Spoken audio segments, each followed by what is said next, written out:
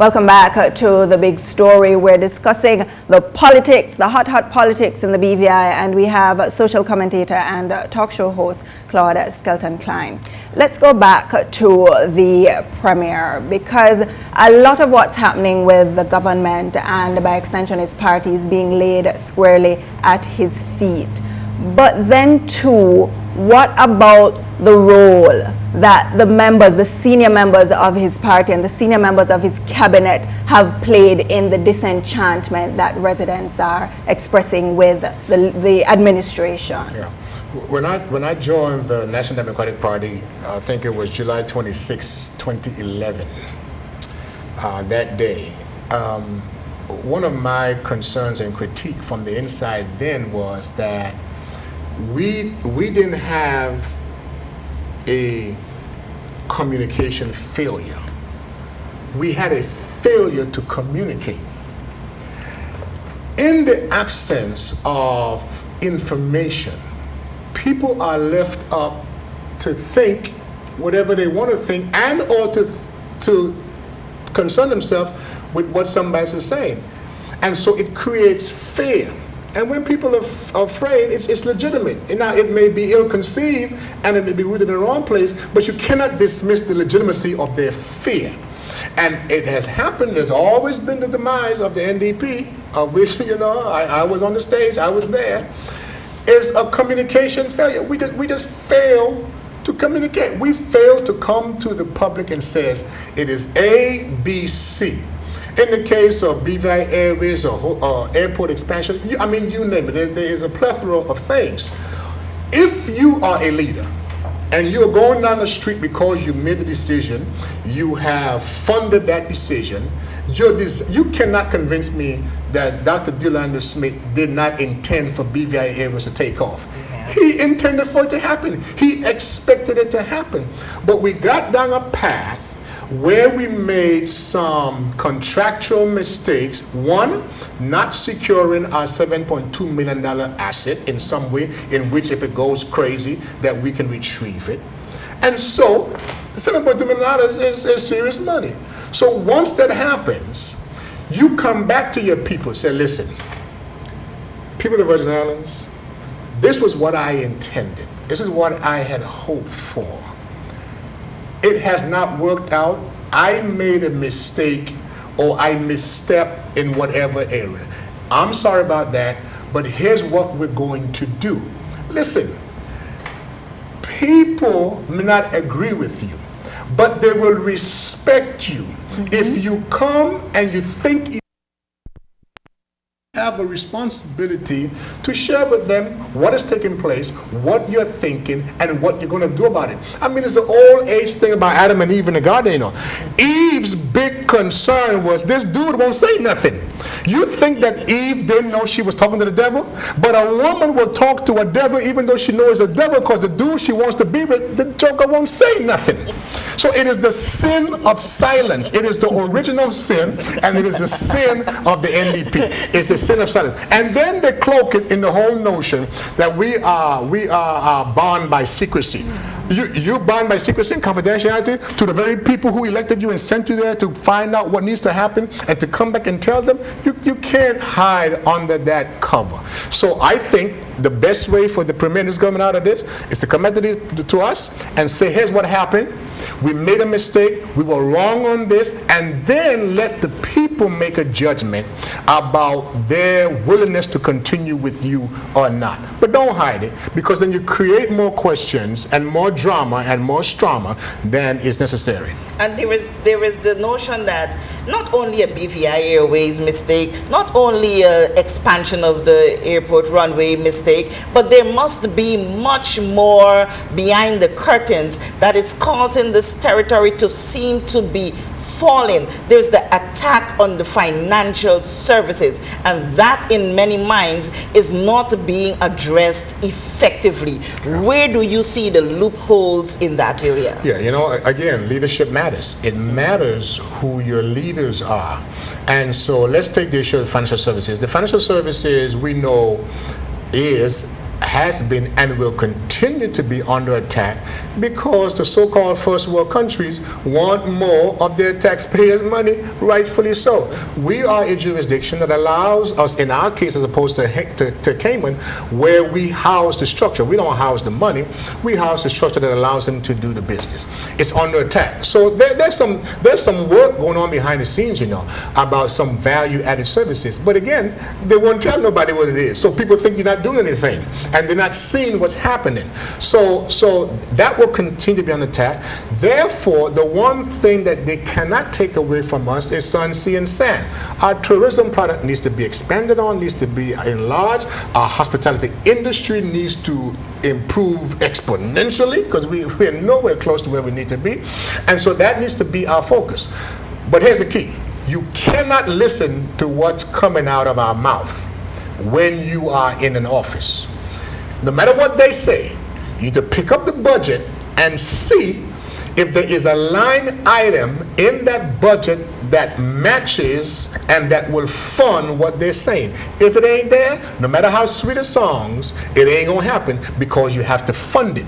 A budget reflects the priorities of a nation, of a people, of a family, where you're spending your money, and that will tell you what path they're going down. So the financial services, I think they're being worked on, but value added, constantly services needs to be taken care of. The next thing is they need to deal with the whole banking industry. I mean, when you have Banco and First Curve and these guys basically shut down from opening accounts, you are literally suffocating, cutting the neck off of our bread and butter.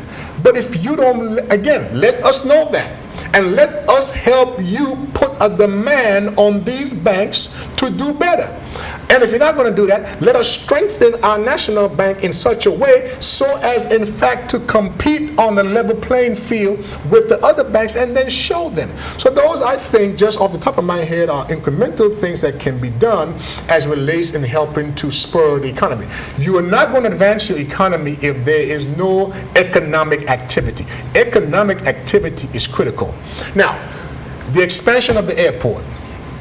We need an airport. 373,000 just for the 14-15 persons and comes of stayover comes into the territory, but most of them come through St. Thomas. Your national security cannot be relied on another jurisdiction. So you need an airport that can accommodate and can land your people here with with greater ease. You have the commercial court. You're doing the arbitration center.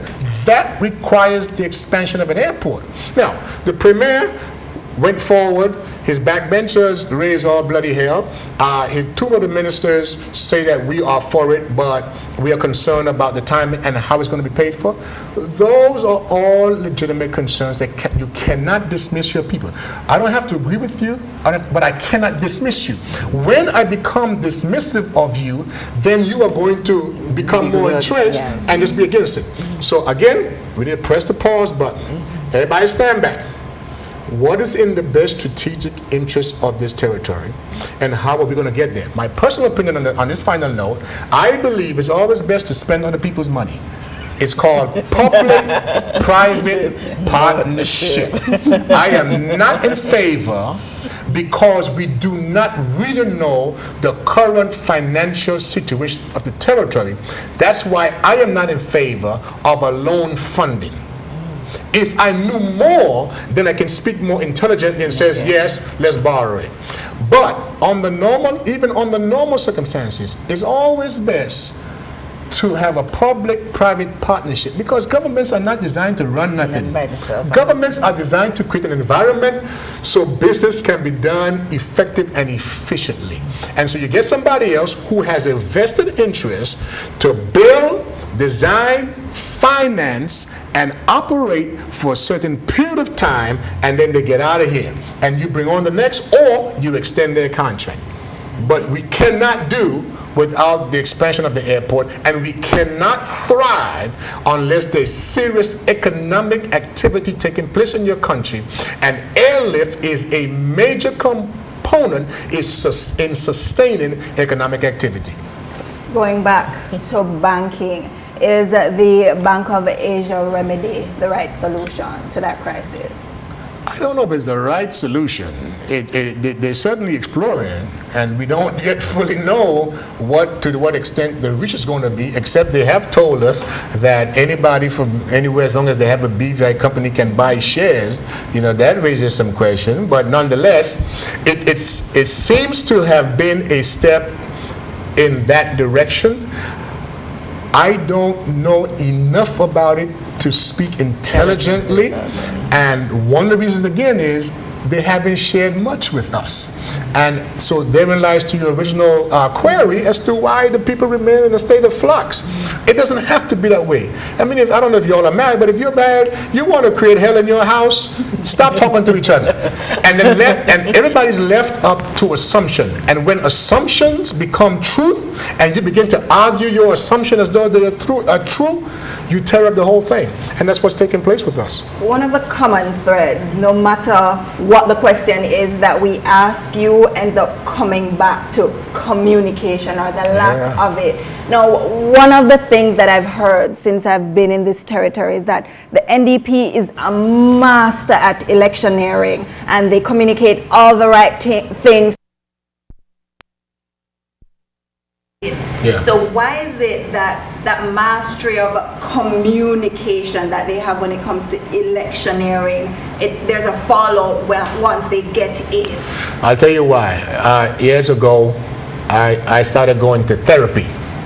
And people say, oh, you're going to therapy, you must be crazy. Well, like, all of us are a little crazy, we just don't admit it. I got to check myself. I started going to therapy, and I'll never forget, I cried the whole time when he told me.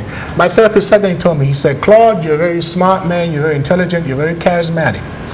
But you, sir, cannot talk your way out of what you have behaved yourself into. You have behaved yourself into this, you have to behave your way out. It's one thing to campaign, it's another thing to govern. That's why you see Donald Trump in the condition that he's in. He is clueless about governing, because that requires structure, that requires system, that requires collaborative effort, that requires give and take, that requires decisions. And when you can't make a decision and behave according to the decision you make, and then stand back and wonder how come it ain't happening, you ain't behaving according to the decision. So yes, we as the NDP, we're good. It's hard to beat us campaigning, but that ain't what we want right now. We need some people who are going to govern, some people who are going to lead and going to make decisions, and that's what we must do. With all these loopholes that we've been talking about in government and as it relates to managing the territory, there is the other side that many are seeing, that the governor or the office of the governor, on the other hand, is seeing the weaknesses, and because there is this notion that the United Kingdom wants to get a more hold again on overseas territories and its finances and its management, the governor, this particular governor, is using his skill set and the powers that he have to infiltrate while these weaknesses are exposing themselves. Yeah. Do you agree with that? Absolutely. Listen, the 19th century was the United Kingdom century. The 20th century was the United States century. The 21st century will be the Asian Pacific countries, and China will lead them. The United Kingdom has 500 years of controlling and manipulating, doing and ruling the world. So you can never underestimate them. Their vision is long, and they will sit there for 20 years, watch you, and because they have an end game in mind. So that cannot be underestimated. Yes, by their behavior and their decisions, they have sought to gain greater control of all their OT territories. What we have to do in tandem with that, again, abide by our Constitution, put the systems and structures in place that makes us stronger as a people, that helps to build the confidence and trust in each other and in the systems that will hold us accountable should something go wrong. That is what strengthens us. And when you go to the table of negotiation, it's best to go to in a place, a position of strength, and negotiate from a place of strength, not powerlessness. There will always be different personalities that sits in the office of the governor. What What we have to do constitutionally in our revisionist opportunity is advance causes, one, by demonstrating their action, and two, by putting in black and white the minimization of the role of the governor in the jurisdiction. I am in full support of that effort. But first, or at least first among equals, we need to do what we need to do if we're going to push the UK to take more and more of their hands off of what happens in jurisdiction. Now, do you share the view that there is something else up the governor's sleeve before he leaves, as it relates to probably using again his powers? I doubt it. I mean, I really do, because you see, what concerns me is not the person at the moment who sits in the office. It is the office itself, because there's a singular agenda. So it doesn't matter that this one is leaving. You know, it's the office. It's going to remain there, and whoever fills that seat is carrying out an agenda.